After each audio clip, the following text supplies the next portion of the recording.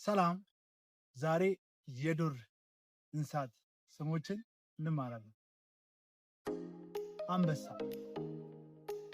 አንበሳ፣ ነብር ነብር ወይንም ነብር ነብር፣ ጅብ ጅብ፣ ቀበሮ ቀበሮ፣ ፖዝ አድርጎ እስቲ። ቀጭኔ ቀጭኔ፣